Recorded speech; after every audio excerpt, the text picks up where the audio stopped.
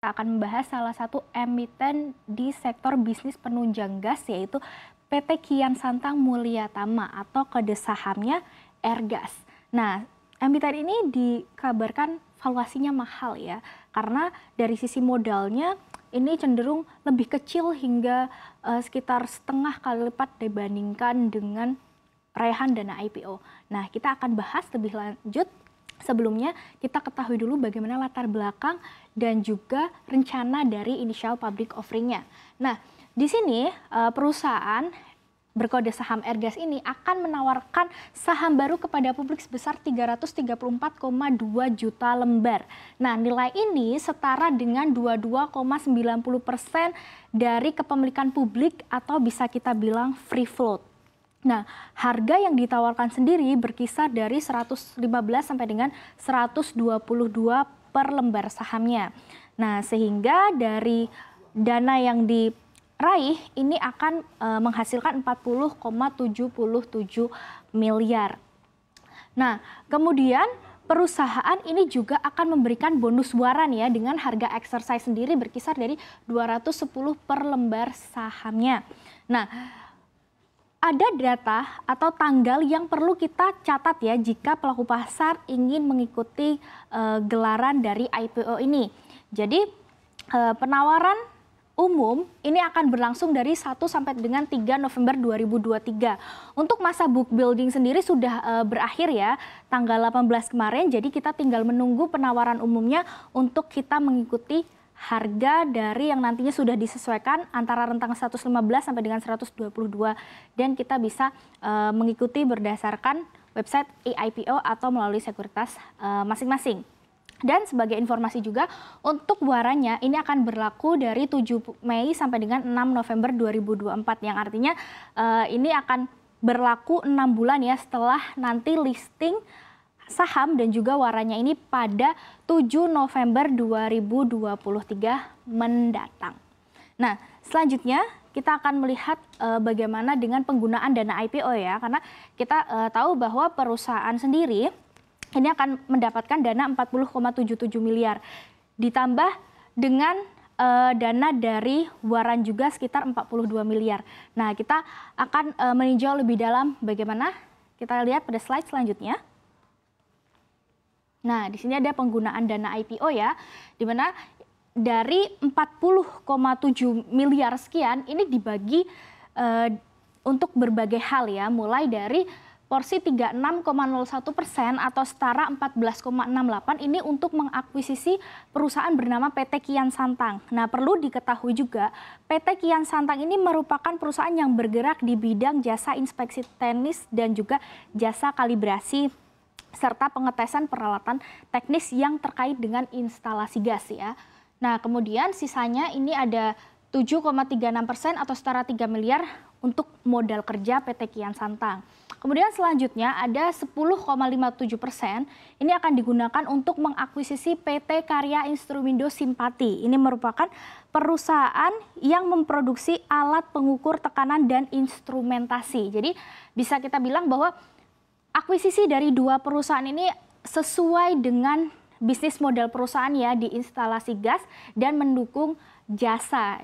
Nah, di sini harapannya bisa memperluas bisnis perusahaan ya untuk ekspansi. Nah, kemudian selanjutnya ada 7,63 miliar ini digunakan untuk akuisisi merek Airgas dan juga 2 miliar atau setara 4,91% ini untuk akuisisi merek Kians. Perlu diketahui juga untuk akuisisi kedua merek ini sudah disetujui RUPS dari pemegang saham PT Airgas Kians Iconic. Jadi harapannya dengan akuisisi dua merek ini semakin memperluas citra perusahaan ya, bahwa perusahaan ini juga menjual produk instalasi gas dengan merek Airgas dan juga Kian, sehingga nanti pangsa pasarnya atau di pasar ini semakin terkenal dan bisa memberikan prospek lebih banyak ke profitabilitas perusahaan. Nah, sisanya lagi ada 7,14 miliar atau setara 17,53% ini digunakan untuk pembiayaan kebutuhan operasional sehari-hari. Nah, sedangkan untuk waran sendiri, ini hasilnya akan digunakan untuk modal kerja. Jadi bisa kita ringkas bahwa seluruh penggunaan dana yang dihasilkan oleh IPO ini dan juga waran digunakan untuk ekspansi dan juga modal kerja ya, yang mana ini bagus untuk perkembangan usaha sehingga memberikan potensi pendapatan yang lebih meningkat ke depannya. Nah, selanjutnya kita melihat bagaimana bisnis perusahaannya, karena kita sudah tahu nih, oh perusahaan memberikan alokasi untuk penggunaan ini untuk ekspansi. Nah, sebenarnya perusahaan itu punya bisnis apa saja yang digeluti untuk mendapatkan pendapatan. Kita lihat pada slide selanjutnya. Nah, di sini perusahaan memiliki dua segmen bisnis ya, yakni berhubungan dengan produk dan juga jasa. Untuk produk sendiri, ini yang dijual merupakan barang-barang terkait instalasi gas, di mana dengan merek Airgas dan juga Kians, ada barang-barang yang dijual seperti regulator, transition fitting, converter kit, dan juga gas meter.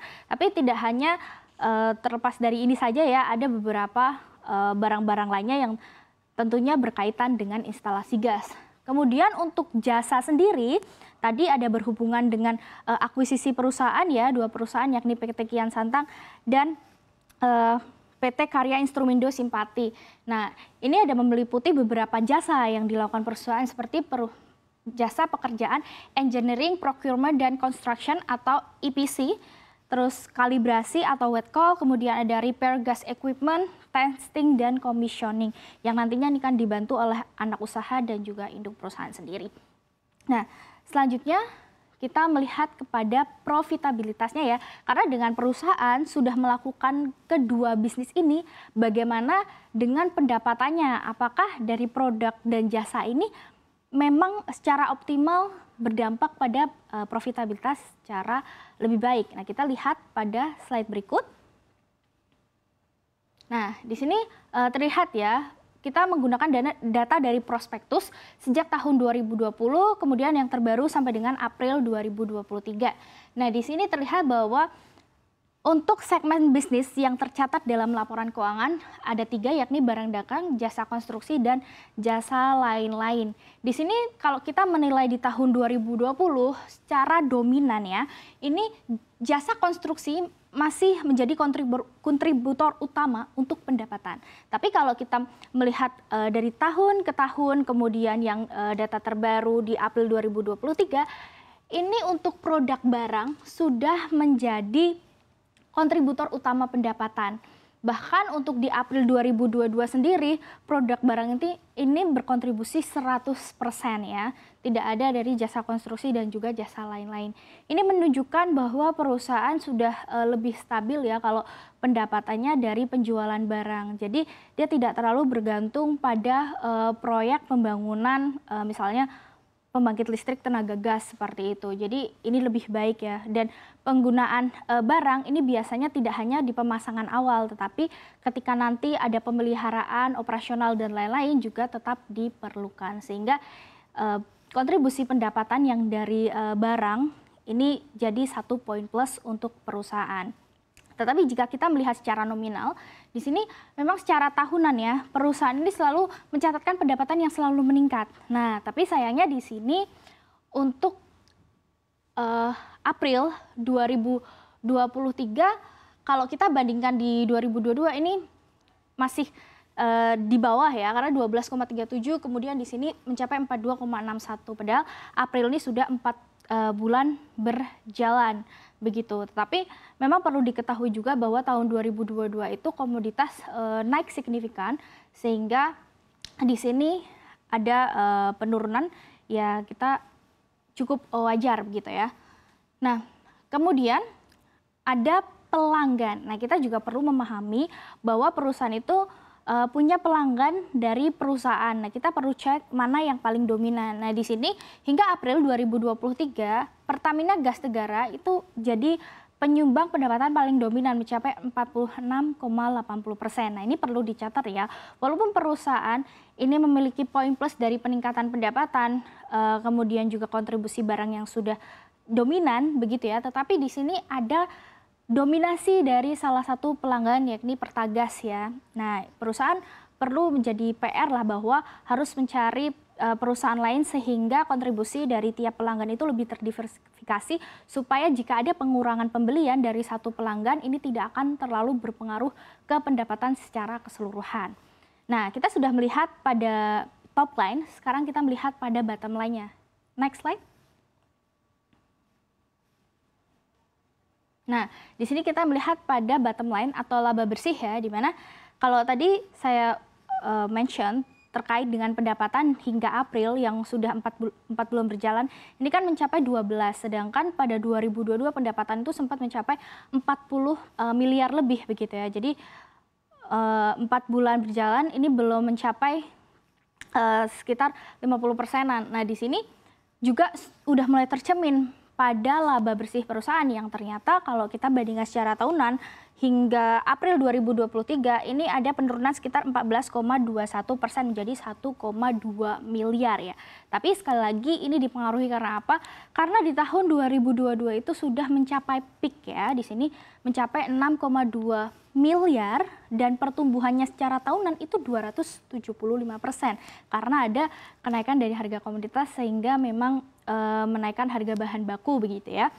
Dan juga memang di tahun 2022 ini sudah peak, jadi kalau ada penurunan ini bisa kita bilang cukup wajar begitu. Nah, selanjutnya kita akan melihat pada valuasi, karena di sini kita melihat pada profitabilitas perusahaan sebenarnya masih cukup bagus ya, walaupun ada penurunan sedikit di 2023. Kita melihat lagi bagaimana dengan kedepannya jika ada peningkatan tentu akan lebih baik lagi. Tapi apakah ini berdampak pada valuasinya, apakah ini mahal? Nah, kita lihat pada slide berikutnya. Nah, di sini terlihat bahwa valuasi kita menggunakan dua perhitungan, yakni price to earning ratio dan price to book value. Di sini kita sudah memasukkan data jumlah saham beredar setelah IPO dan juga kas yang dihasilkan dari IPO kepada ekuitasnya, yang mana disetahunkan ya. Nah, di sini menggunakan skema 1 di harga 115, di sini menghasilkan PER sebesar 52 kali dengan PBV 2,6 kali. Sementara di harga 122 ini mendapatkan PER 55,24 kali sementara PBV 2,82 kali. Hal ini menunjukkan bahwa PBV sendiri di atas 2 kali.